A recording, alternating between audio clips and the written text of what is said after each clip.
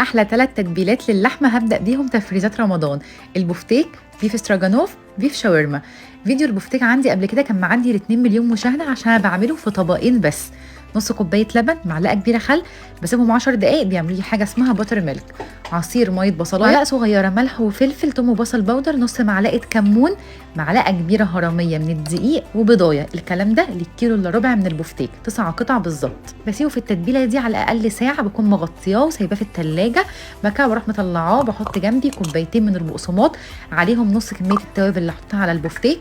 لازم يتغطى كويس جدا بالبقسماط واضغط عليه كويس قوي. بعد كده انفضه وبس كده. انا بحطه في علبه ولا بينه اكياس ولا اي حاجه، وعلى الفريزر. تاني احلى تتبيله شاورما اللحمه، بعمل بيها فتة شاورما ورابس بالتورتيه. بحتاج نص كيلو بفتيك من وش الفخده، بقطعه شرايح، ربع كوبايه لبن رايب، معلقه كبيره زيت زيتون، عصير ميه بصلايه، معلقه كبيره من الخل، معلقه صغيره ملح وفلفل، توم وبصل باودر، بهارات السبعه، وكمون ونعناع ناشف. اخر واحده بقى البيف استراجانوف: نص كيلو برده بفتيك من وش الفخده، بقطعه شرايح رفيعه، معلقه صغيره ملح وفلفل، توم وبصل باودر، ومعلقه صغيره من المستردة، وبرش رشه زيت بسيطه.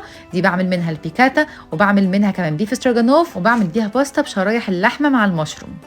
يلا بينا تفريزات اللحمه المفرومه. هنعمل بيف راجو، هنعمل لحمه عصاج وكفته الحاتي، وكمان بيف تاكوز. هنبدا بالبيف تاكوز، بيبقى تحفه كابيتايزرز وكمان على السحور. نص كيلو لحمه مفرومه وعيش تورتيه قمح كامل، معلقه صغيره ملح وفلفل وتوم وبصل باودر، ومعلقه صغيره من المستردة والكاتشب. بعجن الكلام ده كويس قوي بايديا. بعد كده بعملهم كور وافردهم بالشكل ده.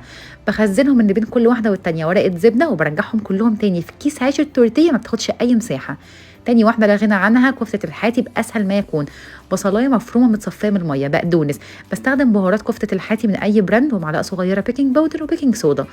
ميه البصلايه عليها شويه زيت، وبحط ايديا فيها وببدا اصبع الكفته بالشكل ده، والتخزين في علبه، وبين كل شويه والتانيه اكياس تلاجه. البيف راجو بقى بيبقى تحفه طبعا في الباستا بلونيز، وكمان بستخدمه في البشاميل وفي اللازانيا.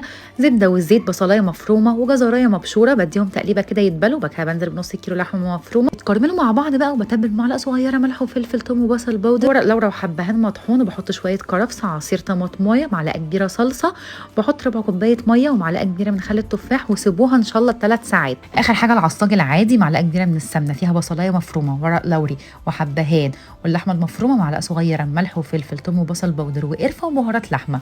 بحط لها ربع كوبايه ميه، وكده كله بقى جاهز. جربوهم وقولوا لي.